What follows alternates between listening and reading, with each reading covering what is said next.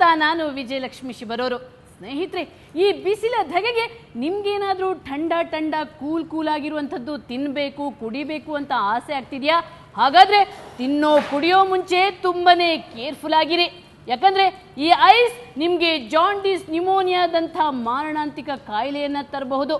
ನಮ್ಮ ರಾಜ್ಯದಲ್ಲಿ, ಅದರಲ್ಲೂ ಮುಖ್ಯವಾಗಿ ರಾಜಧಾನಿಯಲ್ಲಿರೋ 95%ಕ್ಕಿಂತಲೂ ಹೆಚ್ಚು ಐಸ್ ಫ್ಯಾಕ್ಟರಿಗಳಲ್ಲಿ ಅತ್ಯಂತ ಕೆಟ್ಟದಾಗಿ ಈ ಐಸನ್ನು ತಯಾರಿಸ್ತಾರೆ.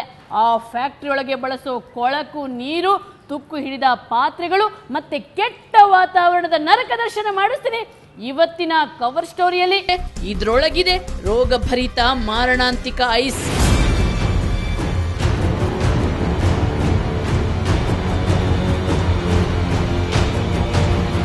S, ice. ಈ ಐಸೇ ನಿಮ್ಮ ಪ್ರಾಣಕ್ಕೆ ಕುತ್ತಾಗಬಹುದಾದ ಜಾಂಡೀಸ್, ನ್ಯೂಮೋನಿಯಾದಂಥ ಕಾಯಿಲೆ ತರಬಹುದು.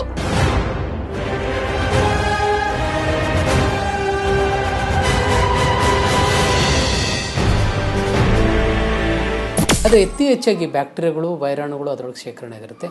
ಇದರ ನೇರ ಪರಿಣಾಮ ಯಾರೇ ಸೇವಿಸ್ತಾರೋ ಅವ್ರಿಗಾಗುತ್ತೆ. ಅದರೊಳಗೆ ಏನಿರ್ಬೋದು, ಕೋಲ್ಡ್ ಇರ್ಬೋದು, ಕೆಮ್ಮು ಇರ್ಬೋದು, ಅಥವಾ ಕಫ ಕಟ್ಕೊಳ್ಳೋದು, ನ್ಯೂಮೋನಿಯಾ ಆಗೋದು ಅದಾಗ್ಬೋದು. ಜೊತೆಗೆ ಒಂದು ಕಾಮಾಲೆ ಕೂಡ ಕಾಣ್ಬೋದು. ಯಾಕಂದರೆ ನೀರು, ಕೆಟ್ಟದ ನೀರು ಅದರೊಳಗೆ ಸೋಂಕಾಗಿದ್ರೆ ಕಾಮಾಲೆ ಕಾಣ್ಬೋದು, ಅಥವಾ ಕರಳಿನ ಬೇನೆ, ವಿಷಮಿಸಿದ ಜ್ವರ ಅಂತೀವಿ, ಇದೆಲ್ಲ ಕಾಣ್ಬೋದು.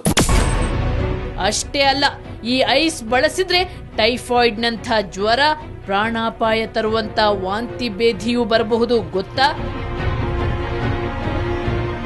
ಈ ನೀರನ್ನು ನಾವು ಕುಡಿದಾಗ ಇದರೊಳಗೆ ಇನ್ನೂ ತುಂಬ ಟೈಫಾಯ್ಡು ಮತ್ತು ಕಾಲರಾ ಬರುವಂತಹ, ಮತ್ತು ಬರೀ ಭೇದಿ, ವಾಂತಿ ಭೇದಿ ಬರುವಂಥದ್ದು, ಕಾಲರಾಗಿಂತ ಒಂದು ಸ್ವಲ್ಪ ಡಿಗ್ರಿ ಕಡಿಮೆ ವಾಂತಿ ಭೇದಿ, ಕಾಲರಾ ಅಲ್ಲದೆ ಇರ್ಬೋದು, ವಾಂತಿ ಭೇದಿ ಇವುಗಳು ಎಲ್ಲವೂ ತುಂಬ ಮಾಡಿಸುತ್ತೆ. ಅದರಲ್ಲೂ ಈ ಕಾಲರಾ ಅನ್ನೋಂಥ ಒಂದು ಕಾಯಿಲೆ ಬಂತು ಅಂತಂದರೆ ಅದು ತತ್ಕ್ಷಣದ ಸಾವಿಗೆ ದಾರಿ ಮಾಡಿಕೊಡುತ್ತೆ. ಇದು ಕಾಲರಾ. ಕಲರ್ ಬಳಕೆ. ಇನ್ನೊಂದು ಆತಂಕಕಾರಿ ವಿಚಾರ ಏನು ಗೊತ್ತಾ?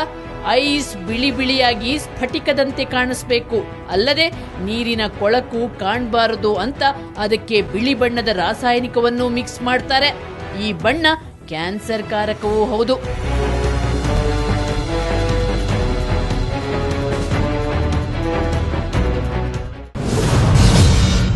ಕೂಲ್ ಐಸಿಗಿದೆಯಾ ಕಿಲ್ಲರ್ ಗುಣ?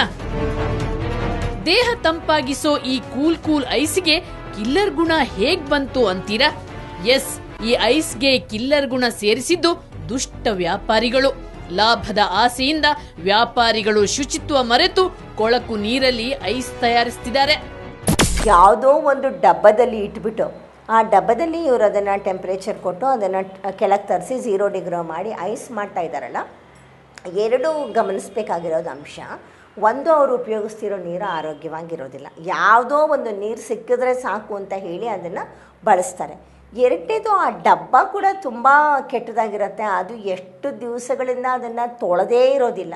ಸೊ ತೊಳಿದೇ ಇರೋದ್ರಿಂದ ಅಲ್ಲಿ ಕೂಡ ಅನೇಕ ಕ್ರಿಮಿಕೀಟಗಳು, ವೈರಾಣುಗಳು ಇರುತ್ತೆ. ದುರಾಸೆಗೆ ಬಿದ್ದ ವ್ಯಾಪಾರಿಗಳು ಈಗಲೂ ಕೊಳಕು ಕಬ್ಬಿಣದ ಡಬ್ಬದೊಳಗೆ ನೀರು ತುಂಬಿಸಿ ಸಾಂಪ್ರದಾಯಿಕ ರೀತಿಯಲ್ಲಿ ಐಸ್ ಬಾರ್ ತಯಾರಿಸ್ತಿದ್ದಾರೆ. ಆ ಮೂಲಕ ಜನರ ಆರೋಗ್ಯದ ಜೊತೆ ಚೆಲ್ಲಾಟ ಆಡ್ತಿದ್ದಾರೆ.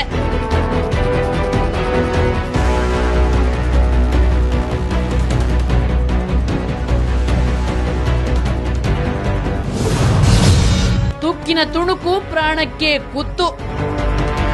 ಇನ್ನೊಂದು ಭಯ ಹುಟ್ಟಿಸೋ ವಿಚಾರ ಏನು ಗೊತ್ತಾ? ಈ ಐಸ್ ಫ್ಯಾಕ್ಟರಿಗಳಲ್ಲಿ ಬಳಸೋ ಕಬ್ಬಿಣದ ಡಬ್ಬಗಳೆಲ್ಲ ತುಕ್ಕು ಹಿಡಿದಿದ್ದು ಆ ತುಕ್ಕಿನ ತುಣುಕೆಲ್ಲ ಐಸ್ ಜೊತೆ ಸೇರುತ್ತಿವೆ.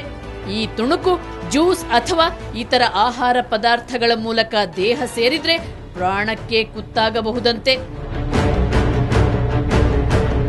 ಕಬ್ಬಿಣ ತುಕ್ಕು ಹಿಡಿದಿರತ್ತಲ್ವಾ, ಈ ತುಕ್ಕು ಹಿಡಿದಿರೋ ಕಬ್ಬಿಣ ಇದೆಯಲ್ವಾ, ಇದು ಏನಾಗುತ್ತೆ, ನಮಗೆ ಬಯೋ ಆಕ್ಟಿವ್ ಸಬ್ಸ್ಟೆನ್ಸ್ ಆಗಿರೋದಿಲ್ಲ. ಇದು ಈ ಅಯನ್ ಆಕ್ಸೈಡ್ಗಳು ನಮಗೆ ದೇಹದ ಒಳಗೆ ಹೋದಾಗ ಏನಾಗುತ್ತೆ, ಎಷ್ಟೋ ಸತಿ ಸಣ್ಣ ಕಣ್ಣಿಗೆ ಕಾಣದೇ ಇರೋಂತಹ ಚೂರುಗಳು ಕೂಡ ಇರುತ್ತಲ್ಲ, ಈ ಚೂರು ಏನು ಮಾಡುತ್ತೆ, ನಮ್ಮ ಜಠರದಿಂದ ನಮ್ಮ ಕಡೆಗೆ ಕರುಳಿನ ತನಕ ಸಣ್ಣಗೆ ಕೊರ್ಕೊಂಡು ಹೋಗುತ್ತೆ. ಇದು ಕೊರ್ಕೊಂಡು ಹೋಗಿ ಅಲ್ಲಿ ನಮಗೆ ಇನ್ಫ್ಲಮೇಷನ್ ಆಗೋ ಸಂದರ್ಭಗಳು ತುಂಬ ಇರುತ್ತೆ. ಯಾಕೆಂದರೆ ರಸ್ಟು ಬಹಳ ಕೆಟ್ಟದ್ದು, ಅದು ನಮಗೆ ಯುಟಿಲೈಸ್ ಮಾಡ್ಕೊಳಕ್ಕೆ ಆಗೋದಿಲ್ಲ.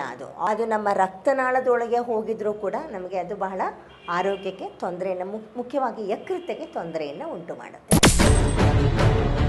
ಇಷ್ಟೊಂದು ಅಪಾಯಕಾರಿಯಾಗಿ ತಯಾರಾಗೋ ಈ ಐಸ್ನ ಬಳಕೆ ವ್ಯಾಪಕವಾಗಿದೆ. ನಗರದಲ್ಲಿರೋ ಹೆಚ್ಚಿನ ಜ್ಯೂಸ್, ತಂಪು ಪಾನೀಯ ಅಂಗಡಿಯವರು ಇದೇ ಐಸಿಗೆ ಮೊರೆ ಹೋಗ್ತಾರೆ. ಯಾಕಂದ್ರೆ ಇದರ ಬೆಲೆ ತೀರಾ ಕಡಿಮೆ. ಶುಚಿಯಾಗಿ ಶುದ್ಧ ನೀರು ಬಳಸಿ ತಯಾರಿಸೋ ಐಸ್ ಕ್ಯೂಬ್ಗೆ ಕೆಜಿಗೆ 15 ರೂಪಾಯಿ. ಅದೇ ಕೊಳಕು ವಾತಾವರಣದಲ್ಲಿ ತಯಾರಿಸೋ ಐಸ್ ಬಾರ್ಗೆ ಕೆಜಿಗೆ ಬರೀ 4 ರೂಪಾಯಿ. ಹಾಗಾಗಿ ನಗರದಲ್ಲಿರೋ ಹೆಚ್ಚಿನ ಅಂಗಡಿಯವರು ಬಳಸೋದು ಇದೇ ಗಲೀಜು ಐಸನ್ನ. ಬೇಸಿಗೆಯಲ್ಲಿ ಭಾರೀ ಬೇಡಿಕೆ ಇರೋ ಮತ್ತು ಜನರ ಪ್ರಾಣಕ್ಕೆ ಕುತ್ತು ತರೋ ಈ ಐಸ್ ಫ್ಯಾಕ್ಟರಿ ಒಳಗಿನ ಕೊಳಕು ಸೀಕ್ರೆಟ್ ಅನ್ನ ಬಯಲು ಮಾಡಲೇಬೇಕು. ನಮ್ಮ ಕರುನಾಡಿನ ಮಂದಿಯಲ್ಲಿ ಈ ಡರ್ಟಿ ಐಸ್ ಬಗ್ಗೆ ಜಾಗೃತಿ ಮೂಡಿಸಬೇಕು ಮತ್ತು ನಮ್ಮ ಆರೋಗ್ಯ ಇಲಾಖೆ ಕಣ್ಣು ತೆರೆಸಲೇಬೇಕು ಅಂತ ನಿರ್ಧರಿಸಿದ ಕವರ್ ಸ್ಟೋರಿ ತಂಡ ರಹಸ್ಯ ಕಾರ್ಯಾಚರಣೆಗೆ ರೆಡಿಯಾಯಿತು.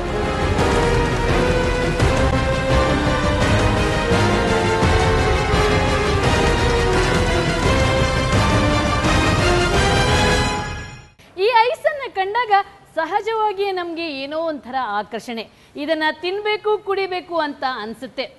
ಆದ್ರೆ ಇದನ್ನ ತಯಾರಿಸುವ ರೀತಿಯನ್ನೇನಾದ್ರೂ ನೀವು ನೋಡಿದ್ರೆ ಬೇಡ ರೀ ಈ ಡರ್ಟಿ ಐಸ್ ಅಂತೀರಾ.